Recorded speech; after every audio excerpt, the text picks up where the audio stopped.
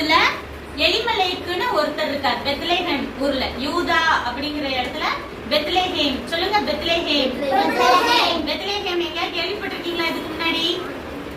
யார் பிறந்த ஊரு? வெரி குட், எல்லாமே தெரிஞ்சு வச்சிருக்கீங்களே, சூப்பர். ஏசப்பா பிறந்த ஊர்ல எலிமலேக்குன்னு ஒருத்தர் இருக்காரு. சொல்லுங்க, பேர் என்ன? அவங்களுடைய மனைவி பேரு நகோமி.